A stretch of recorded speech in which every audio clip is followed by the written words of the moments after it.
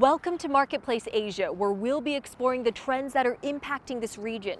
On this program, we'll tell the stories of the recovery from this pandemic and highlight the new economy driven by this era of innovation. I'm Selena Wang, your host, and this is Marketplace Asia.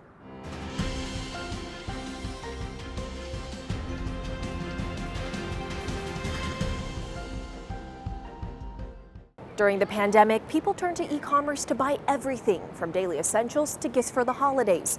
According to McKinsey, in 2020, a decade's worth of e-commerce adoption was compressed into just 8 weeks.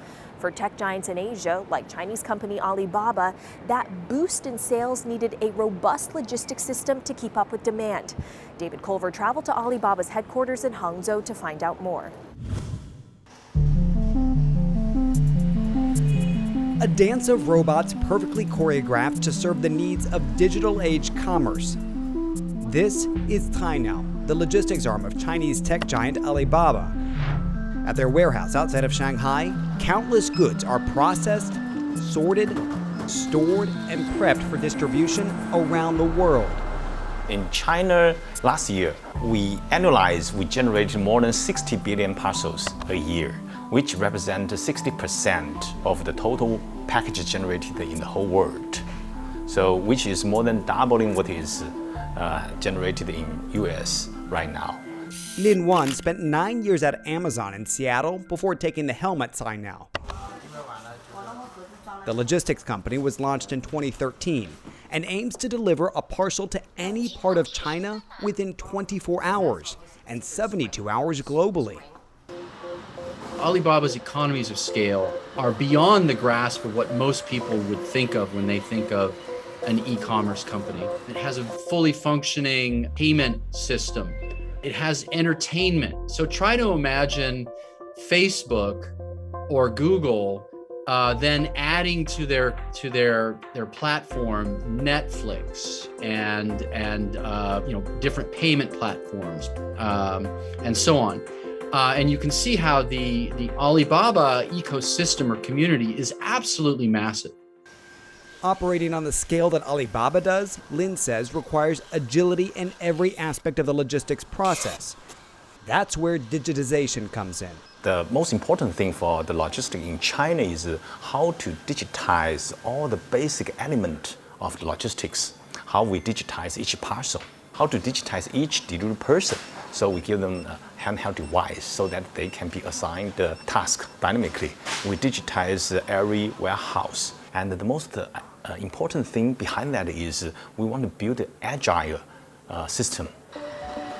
Last year, I visited the company's warehouse in the lead up to Singles Day, or Double 11, an online shopping bonanza and the biggest cash cow of the year for Alibaba. In 2020, the company raked in roughly $75 billion over a 4-day period.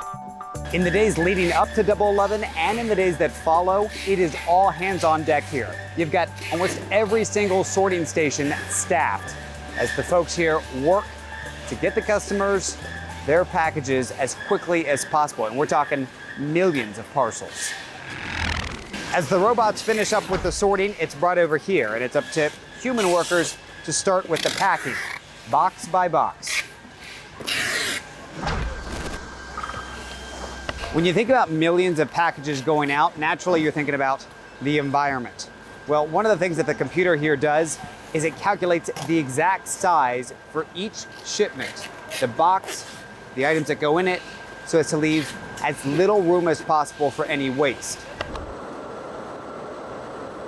So this is the final step in the process. The packages going through this conveyor belt scanner, alerting the customers that their parcels are on the way. They'll then go into these trucks, depending on which neighborhood they're headed out to. The scale is unbelievable. And so for you guys in the logistics end of things, it starts before even the online sales and the retailers are focused, and it continues well after because you're continuing to deliver on those. Right. Is that right? Yes, we have to rely on all our partners together to deal with such a spike. There's no way one platform or one company can deal with this kind of scale. So we work with we have thousands of logistics partners around the world. We start preparation since from July every year.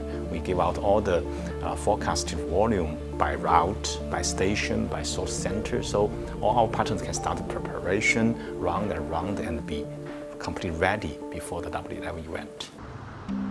Cainiao, which means rookie in Chinese, represents Alibaba's ambitions to transform the way we trade by leaning into the potential of robotics, automation, and cloud computing. One of the benefits to being able to ring fence an entire ecosystem of service providers around an e-commerce platform is it makes your logistics function incredibly efficient, because being able to take data at scale again and being able to parse that data in such a way to be able to link up to last mile deliveries. From department stores that promote their goods through live streaming to a business operating system that allows partnering brands to tap into the company's ecosystem. For Alibaba, dominating China's $1.94 trillion e-commerce sector requires a full embrace of digital transformation. David Culver, CNN. Digital transformation is also top of mind for other e-commerce players in Asia. Next up, I sit down with the CEO of Rakuten to discuss his vision for the company.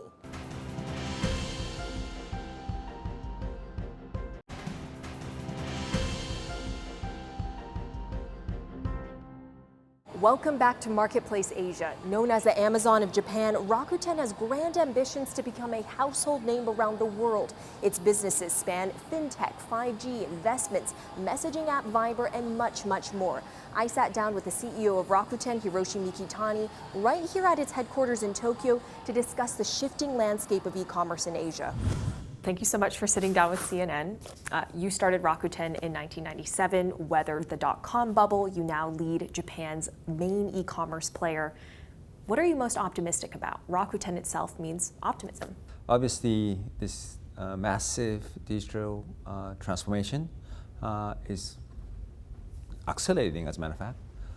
And so we are seeing a big shift to offline shopping, to e-commerce. Even the offline shopping is becoming more digitized. Our ecosystem is working very well. Not only we are an e-commerce company, we're #1 travel agency in Japan. So I'm very optimistic about our existing business.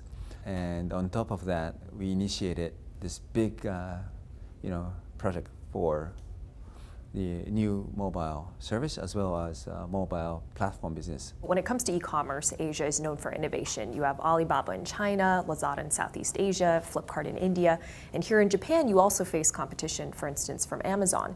But what sets Rakuten apart? The variety of the product we carry is much more diversified than our competitors. But we had one weakness, which was basically consistency of delivery of the product. So we started to standardize it. We came up with the standardized shipping fee amount. So if you buy over approximately $40, almost everything shipping free right now. So I think now we are defending our market, home turf, very well. And I think we are probably outgrowing our competitors. What are Rakuten's international goals? You've pulled out of some major e-commerce markets like the US and UK, but you've also expanded a lot internationally in other business lines and have, of course, struck these major sports team deals with FC Barcelona, Golden State Warriors. We started as an e-commerce company, but now we evolved to more or less like a membership company. Now, technology is so advanced, and bandwidth of the internet has become so fast. The core strategy is to build a membership, whether it's physical e-commerce or content, or maybe in the future telecom service outside of Japan too. So if I were to sit down with you, let's say in another 5 or even 10 years, what does Rakuten look like? Well, Rakuten is really a new type of a conglomerate, right? We provide mobile network, we provide financial services, we provide shopping, we are ad agency. So it's a pretty unique company. We have two big components. One is our ecosystem, and the other one is our technology. And we're going to start exporting our technology as a communication platform. our mobile business is going to be much bigger than our e-commerce business. And let's talk about moonshot ideas. You've, of course, already been executing a lot of these innovations extremely quickly. Are there any other ideas that you are excited about that you see Rakuten executing on? We are trying to transform Japanese logistics industry by bringing in AI and automation into it. So that's another big project we are doing. But I think the biggest project we are doing right now is definitely this transformation of mobile platform. It's totally different from the existing approach. So we are super excited about it. COVID-19 had accelerated the adoption of e-commerce around the world. In a post-pandemic world, what do you see as the biggest headwinds for Rakuten? Well, the challenge was that only like 30% of Japanese household were actually buying product online before. Now it's getting close to 50%, and in the future it is going to be over 70%. So people started to use internet shopping, and they realized the convenience of it. So I don't think even after this pandemic, that trend is going to change. So we are very, very encouraged about that. For Rakuten and Alibaba, the innovation has still only just begun. And that's our show. I'm Selena Wang. See you on next month's Marketplace Asia.